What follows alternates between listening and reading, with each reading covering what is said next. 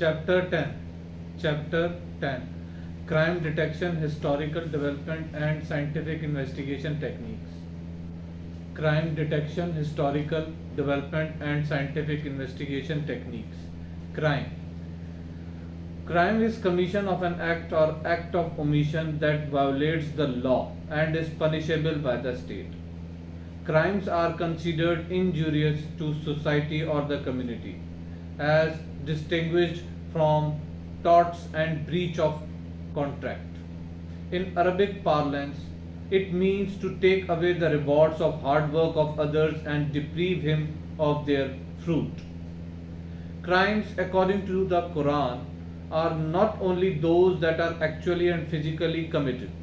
It considers even the mere thought of a breach of the permanent values as an offense. No doubt, such offenses do not fall within the jurisdiction of a court of law. Nevertheless, they are offenses in the eyes of the divine law of retribution and adversely affect the personality of the perpetrators. As has been said in the Quran, whosoever commits a crime commits it against her own self. 4:111. And no other will be held responsible for it. The Islamic society is an agency for the enforcement of the divine laws. It is therefore rules out a duality between the laws and the injunctions of God and those of society. The inviolable and unchangeable criteria is that only that remains which is beneficial for the whole mankind. Everything else passes away like scum. As defined by law, a crime includes either the act or actus rea and the intent to commit the act or mens rea. Criminal intent involves an intellectual apprehension of factual elements of the act or acts commanded or enjoined by the law. It is usually inferred from the apparently voluntary commission of an overt act. Criminal liability is relieved in the case of insanity. Legal minors are also relieved of criminal liability, as are persons subjected to coercion or duress to such a degree as to render the commission of criminal acts involuntary. In most countries, crimes are defined and punished pursuant to statutes.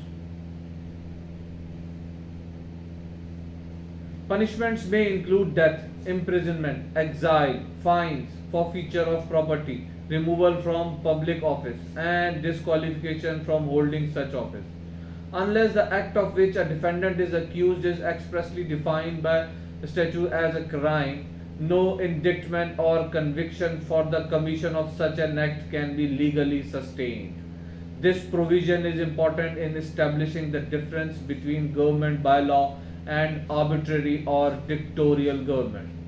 Under common law, a crime was generally classified as treason, felony, or misdemeanor, but many offences could not be defined exactly, and the rule was adopted that any immoral act tending to the prejudice of the community was per se a crime and punishable by the courts.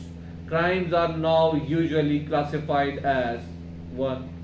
Malice, which includes acts such as murder or offensive to morals as to be obviously criminal. Mala prohibitia, which are violations of specific regulatory statutes such as traffic violations that ordinarily would not be punishable in the absence of statutory enactments prohibiting the commission of such acts.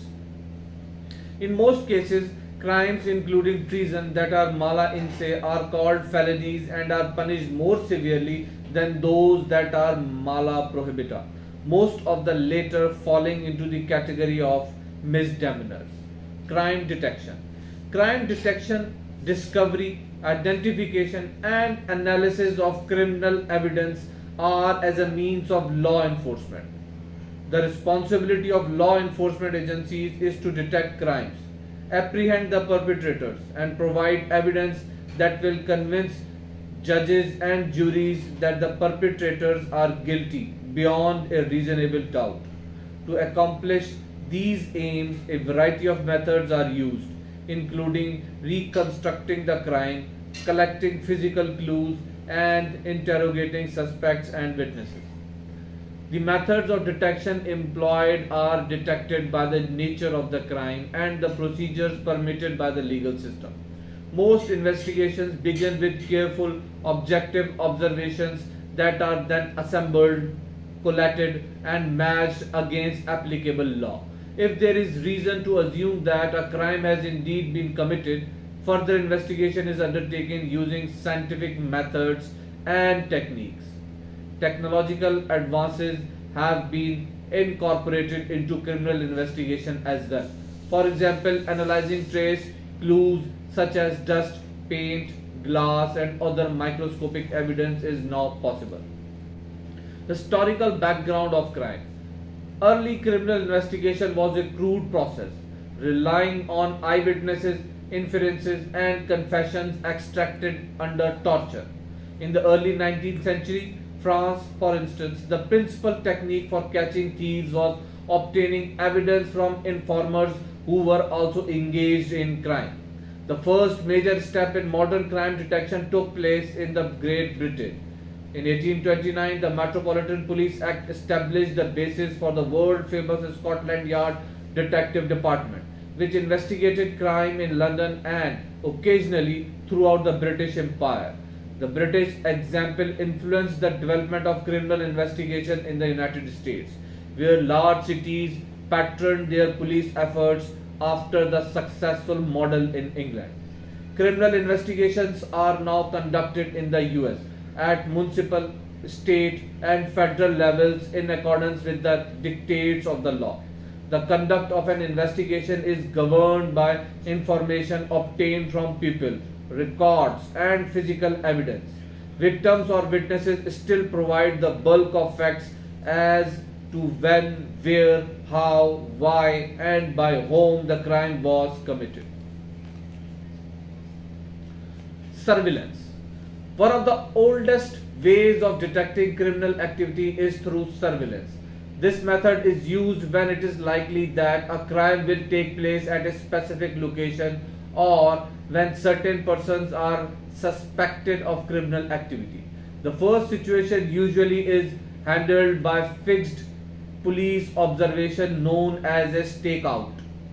The second circumstances may require mobile observation as well, perhaps on foot or by automobile. Some situations may call for aerial observation using helicopters or electronic procedure using listening devices that monitor telephone lines. The observation method must be legal. Surveillance techniques, for example, may include placing personnel in strategic locations and equipping them with optical aids such as binoculars or scopes with the capacity to detect an object illuminated only by moonlight, or with electronic devices sensitive to a conversation taking place at a considerable distance, where a possibility exists of invasion of privacy. A court order is required to make the police action and the information obtained acceptable at a trial. Allied to surveillance are covered or undercover observation, which usually are confined to activities such as gambling, dealing in narcotics, and other major organized crimes. Informants are the source of much useful information in investigations. They may be citizens motivated by civic duty or sometimes criminals motivated by self-interest. Interrogation. The information needed to further an investigation must be obtained from people who have some significant knowledge concerning the crime. Witnesses or victims are interviewed and suspects are interrogated. Eyewitnesses to a crime are often asked to identify the perpetrator. Although identification errors have prompted psychologists to explore the process and pitfalls of memory, recall, and recognition. Experiments under controlled conditions indicate that jurors will convict 4 times as often if eyewitness testimony is offered, even when the visual acuity of the witness is discredited. Eyewitness identifications therefore must be considered carefully, and the credibility of the identification must be tested to ensure that error is unlikely. Interrogation is used when the information sought is not readable forthcoming, perhaps because of hostility or guilt. Often only the perpetrator knows some key to the solution of a crime, such as the location of the weapon in a murder case. Without information provided by the suspect, a crime may go unsolved. Legal safeguards against abuse now surround this process. Before using any information obtained from an interrogation, the court must be assured that the suspect was advised of his or her rights. If proper legal procedures are not followed, any evidence obtained is inadmissible in a trial. Records. Criminal records represent an important database for police activities throughout the US and the world. Each time an arrest is made, the suspect is fingerprinted in multiple copies. A copy is sent to the state identification system and another goes to the Federal Bureau of Investigation or FBI in Washington, D.C. If the suspect is wanted by a law enforcement agency, a notice in the file of the National Crime Information Center of the FBI will apprise the interested agency of the status and location of that individual. A special branch of records called intelligence files contain biographical information on selected criminals. These files include criminal specialties, associates, and skills and other information that might suggest future criminal involvement and the means by which the criminals can be apprehended. Records are also used for a general analysis of crime, so that police administrators can be informed of criminal trends and the best ways to suppress them. Investigators to locate wanted or missing persons consult business and public records. Scientific crime investigation. In recent times, science has provided substantial aid to crime detection because anything in the physical universe has the potential of becoming an item of evidence in an investigation. A wide variety of procedures may be used in analyzing and interpreting evidence in a criminal case. These procedures include examining firearms, serological and toxicological tests, examining hairs and fibers, mineralogical and metallurgical tests, and document examination. A. Firearms examinations. Firearms are identified through microscopic imperfections that are produced inadvertently in gun barrels during manufacture. Subsequent use and wear contribute further to a weapon's individuality. A bullet fired from a pistol or rifle therefore has impressed on its surface the individual characteristics of the barrel through which it were fired. Other parts of the gun also possess individual characteristics. The firing pin, breech face, extractor and ejector come in contact with the cartridge case. Hence, cartridge cases may be scored with distinctive markings that can be identified with a particular gun. The material products of gunpowder combustion are ejected from the muzzle of a gun in the form of a cone. If the distance between the gun and the object through which the bullet passes is within the certain limits, a microscopic or chemical examination of the area surrounding the bullet hole may establish the distance from which the gun was fired at the victim. B. Serological investigation. Serology in its broad sense is the study of body fluids in relation to sickness and its treatment. In crime detection, serological procedures are applied to the identification of a blood stain, that is, to determine its human or animal origin and its blood ground classification. Suspects in violent crimes often claim that Blood stains on their clothing, weapons, or automobiles have no connection to the crime. Serological tests on dried blood stains can ascertain whether the blood in question could have come from the suspect or the victim. A new method of detection called DNA fingerprinting was introduced in the 1980s. Since all living cells contain the genetic material DNA, using chemical analysis, investigators can determine if blood or other body fluids found at a crime scene match its genetic profile. Because DNA tests have been in use a relatively short time, their validity in proving conclusively a suspect's guilt has been questioned in many courts. Like tests to determine blood type, however, DNA analysis can be used to exclude the possibility of a person's involvement in a crime. C. Toxicology. Toxicology. Toxicology may be defined as the science of poisons. Special methods of analytical chemistry have been developed for use in toxicological examinations. The problem of separating poisons from other materials and of identifying them recurs constantly in a crime laboratory. The specimens ordinarily examined in cases of suspected poisoning are tissue samples from vital organs, blood or urine, food, drink, and the suspect poison itself. D. Hairs and fibers. Hairs and fibers. A piece of hair or a few strands of fiber, when compared with known specimens, may prove valuable in solving a case. For example, a fiber found on a cut screen at the scene of a burglary may be associated with the suspect's jacket, or a hair found on a suspected car in a hit and run case may help prove that the car struck the victim. An examination of hair may reveal whether it is of human or animal origin.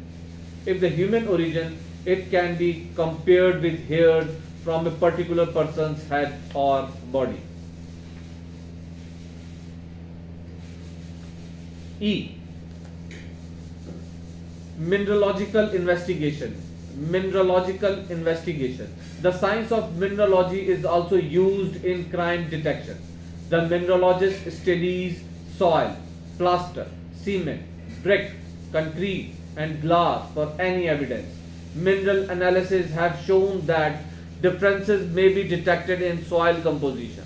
Soil and dust found on a suspect's clothing and determined to be comparable to that at the crime scene help to prove the person's presence in that locality. F. Metallurgical investigation. Metallurgical investigation. Metallurgical examination make it possible to identify the source of an item, whether made of metal, plastic, ceramic, or other material found at a crime scene. These examinations further determine if two similar items were fractured from each other, the nature of the force causing the fracture, the direction from which the force came, and the time when the fragments became separated. Metallurgical examinations can also determine how a metal item was manufactured and whether items found in different locations were made at the same time and by the same manufacturer. Such identification helps trace the evidence to its owner. The metallurgist can also restore obliterated or altered numbers on objects of any material. G. Document examination. G. Document examination. Document examination consists largely of comparing questioned handwriting with known handwriting to determine the writer's identity. It also includes the examination of hand printing, forgeries, typewriting, inks, paper, indented and eradicated writing, rubber stamp impressions, charred papers, and related items such as counterfeiting, forgery, etc. No two people write exactly alike. The writing process is so complex that personal peculiarities always persist in the handwriting of any given individual. Detailed examination reveals these hidden characteristics, which can then form the basis for an expert's opinion. This area also pertains to graphology. The Partnership between science and crime detection has been strengthened by the infusion of a new technological developments, although major responsibility for solving crimes continues to rest with traditional methods of inquiry. H. Voice print identification. H. Voice print identification. Voice print identification is a method by which a person can be identified from a spectrographic picture of his or her spoken words. As identification by fingerprinting assumes that no two persons have identical ridges or their fingertips, voice print identification assumes that certain physical characteristics of the vocal organs which influence the quality of the sound in speech will not be exactly the same in any two persons. Those characteristics are the size of the vocal cavity, the throat, nose and mouth, and use patterns for the muscles of articulation in the tongue, jaws, lips and soft palate. Scientists who wanted to convert linguistic sounds into visual records that could be analyzed and measured developed the voice printing process from experiments. Vocal sounds are converted into electric impulses and recorded on magnetic tape as in ordinary sound recording. But the impulses are then electronically processed by successive scanning of the original tape recording and thereby converted into a pictorial record on electrically sensitized spectrogram paper. The resultant images can be systematically classified by duration, frequency and loudness and can be compared with the images from other sources. The police, to identify persons who made threatening or obscene telephone calls, sometimes use voice printing. The scientific investigation techniques are reaching down to the individual's measurable characteristics and motivational undercurrents that at first slowly and then at an accelerated pace reach culmination. And nothing remains hidden, everything comes out in its manifested form.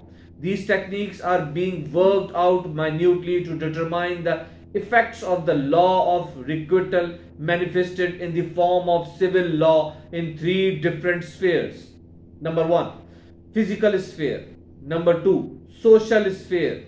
And 3, moral sphere. The individual cannot shift the responsibility to anyone else. He bears the brunt, and these techniques are being calculated to surrogate the crime detection. Thank you.